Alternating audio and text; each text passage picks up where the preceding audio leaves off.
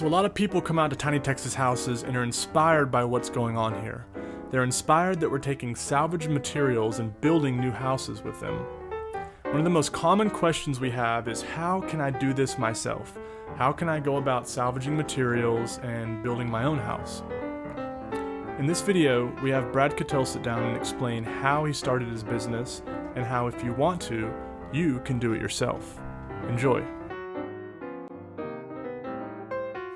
Alright, so tell us, Brad, how did you get this company started? How did it all begin? How can someone do it themselves if they're interested in doing so? Well, in the sense of how it all began, effectively it began by fixing up old houses. And this is something you'll find in most of the old neighborhoods that are pretty dilapidated, where they've gone through their cycle of being really good. And going out trying to fix up just trashed out houses that most people think are just deserve to be torn down. Crack houses, basically, stuff like that. Cleaning them up, fixing them up. Well, after about 10 years of that, I figured out finally, even though I was quite successful at it, that I'd accumulated all these windows and doors and parts and pieces because I didn't want to use new stuff.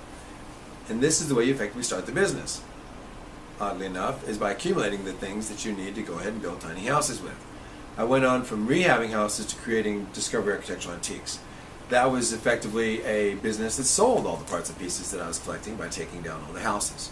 And you get the houses virtually for free. And what you have to basically accumulate is a 16-foot trailer, a truck that'll pull it safely without breaking down and getting in an accident, crowbars, hammers, nail pullers, specialty tools that we can basically make, or you can make, that you can find, and you can effectively take down houses without much more than that. Saws, a couple sawzalls, a couple circular saws, but really simple stuff that you can buy at a market. Generally, I like garage sales. Estate sales are really good because you can find a lot of stuff that tools that you'd ordinarily pay. Ordinarily, for example, a hammer, a good hammer is $30 in the store. A good crowbar, old American, hard, won't break when you pull on it, so you don't end up your butt or off the edge of a building. Get an old tool that was made well, and you might spend $18 on a tool that would cost you $60. On a hammer, you might get it for $12. If it's an old S-Wing or something like that, know your brand names. Go and look at the best ones in the store, and when you're out of the market, look for those. And so what you're saying is this business is accessible almost to anyone that wants to pursue it. Just getting the right tools. Finding materials is accessible too. You can go out and you can salvage these materials from older structures. I mean, how do you go about doing that? Explain that process. Well, once you find out you can get the tools either by working with other people that already have them. A lot of times you want to have the truck, the trailer, or the tools, but you have the right property you found. Now, how do you find properties? Well, it could be you just know that Uncle Joe has an old barn out there, and you found out that the barn's got good tin and good 1x12 and all that. You can pull off of it. On the other hand, it might be something you have to go out and look for. You don't have an Uncle Ben or an Uncle Barn at somebody's house, anything you can tear down that you know. So you go out and hunt. Hunting's pretty simple. For example, the easiest way I can think of is, let's go down to the local city hall in a small town. They probably have a small budget for tearing down those dilapidated old houses that are just an eyesore in the probably worst parts of town. Sometimes they're in a good part of town and the neighbors are complaining and they want it taken down or fixed up. So they file a condemnation order on it. And if they don't take it down, then the city goes ahead and takes bids from people to tear them down and haul off all the trash and leave a clean lot. And then they file a lien against the property, so the owner is going to pay the bill, or if you can't pay the lien, they'll take the property away and sell it on the courthouse steps for the value of the lien. So let's say it's $3,000 is what they're going to charge to tear that house down and haul it away. Now they're just going to scrap the house, put it in a dumpster, haul it to the dump, and you're going to pay a fee to dump all that waste. Everything goes nowhere. Effectively, no house is built, no future is made out of it. Instead, you go in there and you look at A, bidding it. So normally they bid $3,000. So you bid $2,000. You bid $1,500. You're still being paid to take down a house you want to take down anyway. Ideally, what this is supposed to do is pay for the trash. The second thing you do is you go out and find Mr. Joe or Mr. Harry or whoever it is that owns that piece of property, maybe inherited it. Maybe it's a whole group of them. Maybe it's 5 kids and they just can't make up their mind who's going to live in it. It's just going to heck because nobody will pay anything to keep it up. Well, when something like that happens, they need somebody to come in and offer to take that down for them. And I believe in owner financing it at no % interest, such as you basically do it for, say you do it for $2,000, because they're going to have a lien slapped on it for $3,000 if it gets bid.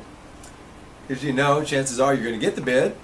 So the idea is to go ahead and get them $25 a month. Might take them 5 years to pay it. The property itself is going to be collateral.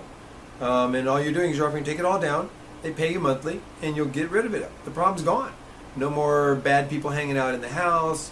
No more sitting on their butts, cleaning it up, taking care of it, boarding up the windows, etc. Problem gone. Meanwhile, you got yourself one incredible house that everybody thought was trash, and you walk away with $10,000, $15,000, $20,000 worth of wood, windows, doors, flooring, bathtubs, sinks, just made with lighting. I mean, just it's endless what you can find in an old house, and that's if you're not so lucky as to maybe also get all the goodies. It's amazing how many times you run into just boxes full of fun stuff. And so you're saying this is a lucrative business? Oh, it's a very lucrative business. In fact, you can hit one house that can be a gold mine. It can set you up only because it takes a good eye to spot it. But some of the best goodies are bought in garage sales where people didn't even know what they were. I mean, pictures, jewelry, all this stuff. So half of it is getting in your hands. So you run into a house. I had one guy who was turning a house down, and all of his guys, he left that afternoon, left them going at it. And they pulled the attic down and pulled all the trash out of the attic and threw it all over in a big pile and started a fire. Well, he comes in there the next morning, and he's looking through the ashes, and he sees 2 big old 1-gallon coffee cans with the metal lids pressed back on them like they always used to do in the old days for plastic. He went over there, and sure as heck he opened it up, and it had been full of money. All turned to ash, little bits of it left. Basically, 2 coffee cans full of cash. You never know what you're going to find in an old house. You might find books and start flipping through the pages, and there's some old $50 bill, $100 bills in there. It's all in knowing what you're looking for. Last time around, we found a little ring, a little diamond ring. Tiny little finger, but it was stuck in just the sill of a door. The treasures you'll find with the metal detector that are stuck underneath the house, the old marbles, it is so lucrative if you know what you're getting. Now, some people tear them down and burn them. It's not very lucrative. I mean, admittedly, it's cheap, doesn't take a lot of labor, just match and make sure it doesn't start anything on fire, but this is about as stupid as you can get. Right. It's fun, but it's stupid. Now, there's another way of taking a track hoe, taking a bulldozer, crunching it up, and then hauling it to the dump in a big truck. That's $850 a load to take it to the dump to bury it, and for the rest of the time, it's worthless. Right. And that doesn't make any sense. What are some of the houses that you target specifically? I mean, as opposed to going to Home Depot and buying this new cheap wood, I know you target older houses, correct? Absolutely. The beauty of the old wood is that the older it was when it was cut, the stronger it is and the longer life it's going to have into the future. So if you take a 500-year-old tree and cut it down, chances are it could actually survive 500 years of being used or longer. There are trees in Europe and the Orient that have been around for thousands of years. So it's just a matter of what, you take quality wood. Now you take new wood, it hasn't got a chance of surviving because the bug's going to eat it. It's like candy. So why would I want to put new wood in there if I want to build something I want to last? So the idea is, in order to build a quality item, you have to use quality materials. Well, the last of our quality materials are the very things that are sitting in all these houses and all these buildings and all these barns.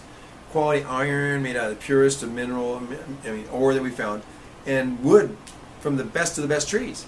And all of it put together by the best of the best artisans who come from Italy and Europe, Romania, all over the world to build mansions and buildings for the great American Empire to come into existence. These are all, incidentally, I might point out, these were all immigrants. These were all not Americans. They all came from other places. And their hard energy, your great-great-great-grandfathers, they're the ones that made all this stuff.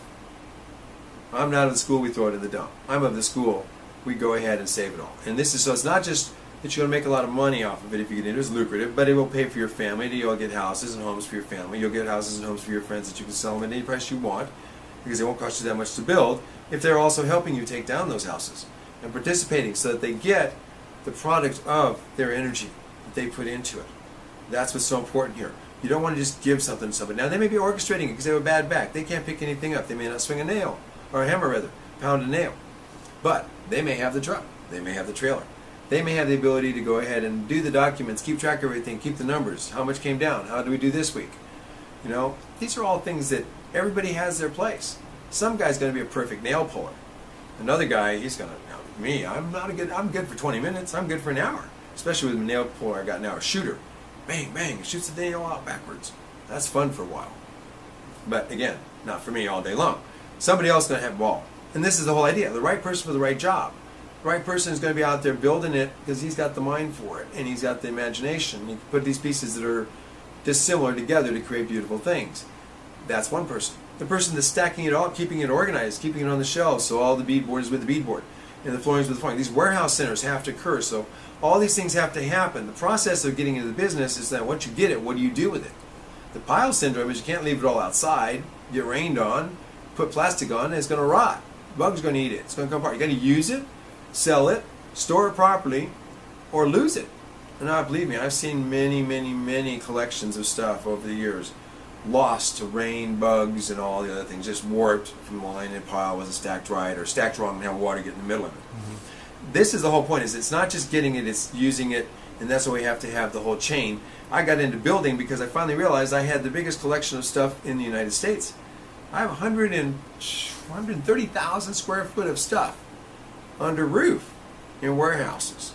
The idea is now to put it to purpose, to put it to use. So I started with Tiny Texas Houses, just as you would start if you got a big pile of stuff, and to saying, how can I use this in such a way that people will want to buy it and understand its value rather than just sell it to them as decorations. People use my windows. Wow, this make really pretty. Yes, they make a couple of these would be nice. Couple doors. How about we build the whole house? How about we build the whole whatever size house, but a tiny house? Wow, we make it portable. Wow, I mean, like they did in the 1800s. That's the idea. So you start building a tiny house for you, and a tiny house for your mom to live next door, and a tiny house for your kid who's 18 years old, 17 years old, 16 years old, 15 years old. Fine. It's right near the house. It's their bedroom. They take it with them. If they want to go, they get married, they have a place. The idea is that they grow with your house. And so a small person, a small business doesn't need a big house. You're out working all the time. You come home, you eat, you sleep, you wake up, you go to work. You love it. If you're doing what we're doing, you love it because all the time, wow, here's another house. Oh, somebody, you're tearing yours down. Somebody says, hey, can you stop by and look at mine? I'd like you to tear mine down too. I just need to get rid of it. And you go, another free house? Yeah, I can make it by there tonight. I can have a sandwich and run. I'll be over there before dark. And next thing you know, you got 10 more free houses. How do you get started? You do one. You do it right. You do an honorable job. Make sure you clean up after yourself. Don't get hurt. Don't have anybody get hurt. Make sure that everybody knows you're responsible. You take safety precautions. And that way, when you're done, the job is clean, everything was cool, you're going to have 10 more jobs lined up in a small town because they need to get them off their property too because they're just an eyesore. Yep. They're a tax nightmare. They're dangerous because the neighbor's kids are getting in there, could fall through the floor, or they might be doing drugs in there or worse things. And they don't want to go over there and kick them out because they're afraid of getting hurt. All people have a problem with that. How do you protect the property when you can't go over there with a gun? So let us take it off. You still keep the land. It might have been left to you by your grandma. You can't afford to fix it up. It's in a bad neighborhood. Let us take the problem off your hands. To do that, small businesses have to be developed. Why? I believe in the family business. I believe in the family business because that way I pay Harry, the daddy, $500, say. Instead of me paying $100 to Harry, $100 to each of the 5 sons. Because if I pay each of the sons $100, 30% of that goes to the government. Well, if I pay Harry, his sons become an expense. That he's able to expense all that off, and very little of it ever makes it to Uncle Sam because it's basically done through bartering and exchange and methods that do not actually have income tax to them. Legally they don't. So the idea is turn this into family businesses so then I empower Harry and his boys to now become an independent business. Now, you know what? They could have made $1,000 that week between them, or by having the opportunity, they made instead $5,000. Why? Because they did 5 times as much work because they got as much wood collected as they were willing to collect and got paid for that amount of work. Not by the hour, but by how much they produced. Windows, doors, all these things that I mentioned before, those all pay back. So if it takes you 15 minutes to pop a window and the window makes you $35 and you pop 4 of them in an hour, that's $120 an hour for 2 guys. That ain't bad.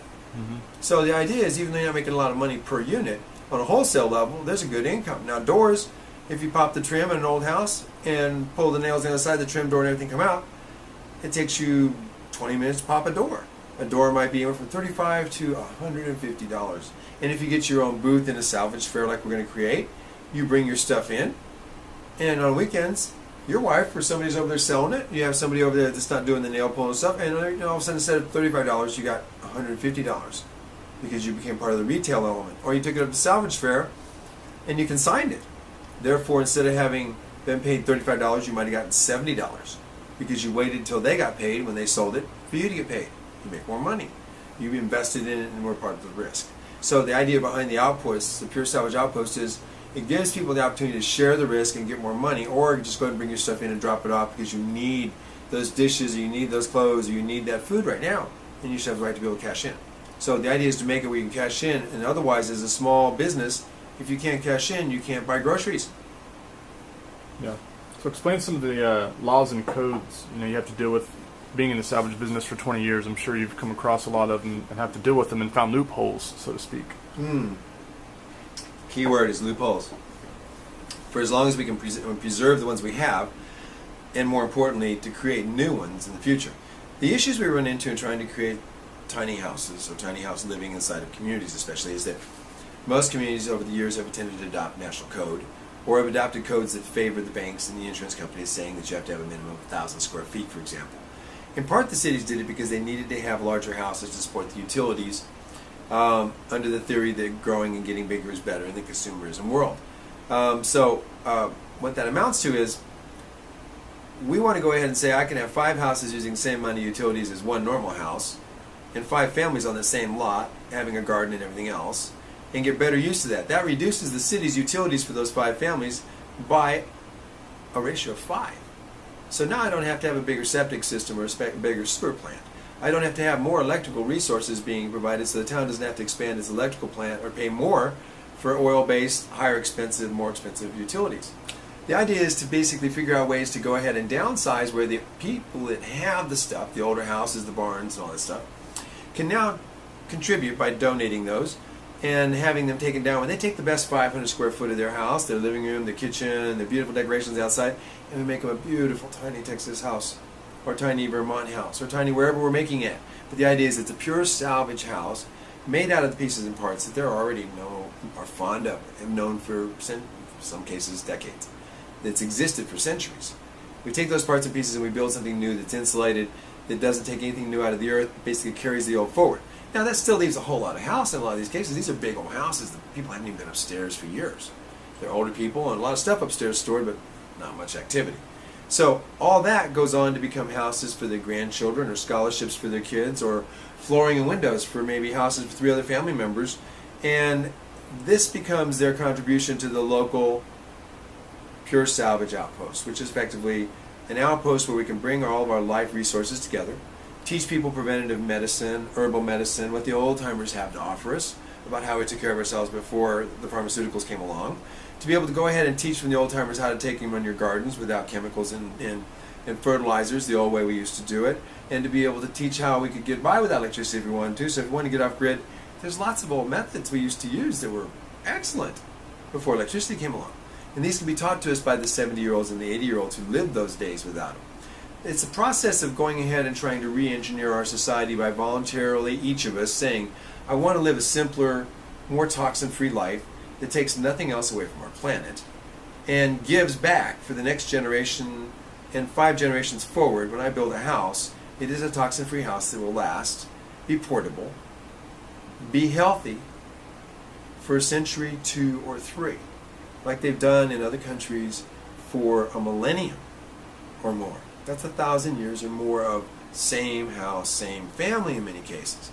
We can do this before we run out of these valuable resources, before all I have left is imported plastics and vinyls that are oil-based products, and all sorts of other things that are chemicals on them because they had to spray chemicals because they imported the wood from Peru or from China, where they had all sorts of other bug problems we don't have, so they have to put pesticides on. We can stop all this from happening by simply using what we have, rather than using new materials at Lowe's or Home Depot's or other big box stores that ship our money out of the community. We take the resources of our community, all of our wood and everything, all of our windows, our doors, all of our labor out of our local community. Instead of having labor from overseas that does something cheap and ships it over here, we use local labor. We teach our children how to make a good living out of local labor, transforming all these assets we have into the new world of a simpler, toxin-free life with no imports. All American labor, all American product, our natural virgin forests that have been tied up in all these other forms, buildings, barns, houses, can now be released again to live for another 100 years or more in new form. That's what we're headed for. And each of you can participate, and that's what will make it happen. There's a lot of little guys getting together, so instead of having one pickup, we take the buses, the old school buses, and we chop the front off. We make a little house out of that, and the back is the biggest pickup in the world. And you go out you've got 3 or 4 families, and they're living out in this, and they're taking down a barn, and they put their stuff on the back, and they go to market, and they drop off all the wood. And at that market, they can barter it instantly and just get the barter credits to go out and get the eggs, get the clothes, get the dishes, get all they need, and head back off again. That becomes a community, unity through community. All different types of people coming together. And while they're here, they can go over to the nurse's village or the massage village, the naturopathic herbal village, and pick up all the things they need. If they need some help, they can get taken care of. Just like in the old days when people went to the main town. We have one of these every 150 miles. This place where you can bring in what you have and trade it. No currency needed for the things you need to live. Life resources. Get your child the education to learn how to build, to learn how to take these parts to pieces and make new houses. We've got to teach this face to face, that these assets and resources are at our fingertips to be had for free. And then, what seems like the price of a house now is high, will become inexpensive because the human energy locally will build it. We're at that point. I'm ready to give it to you. Please come, enjoy.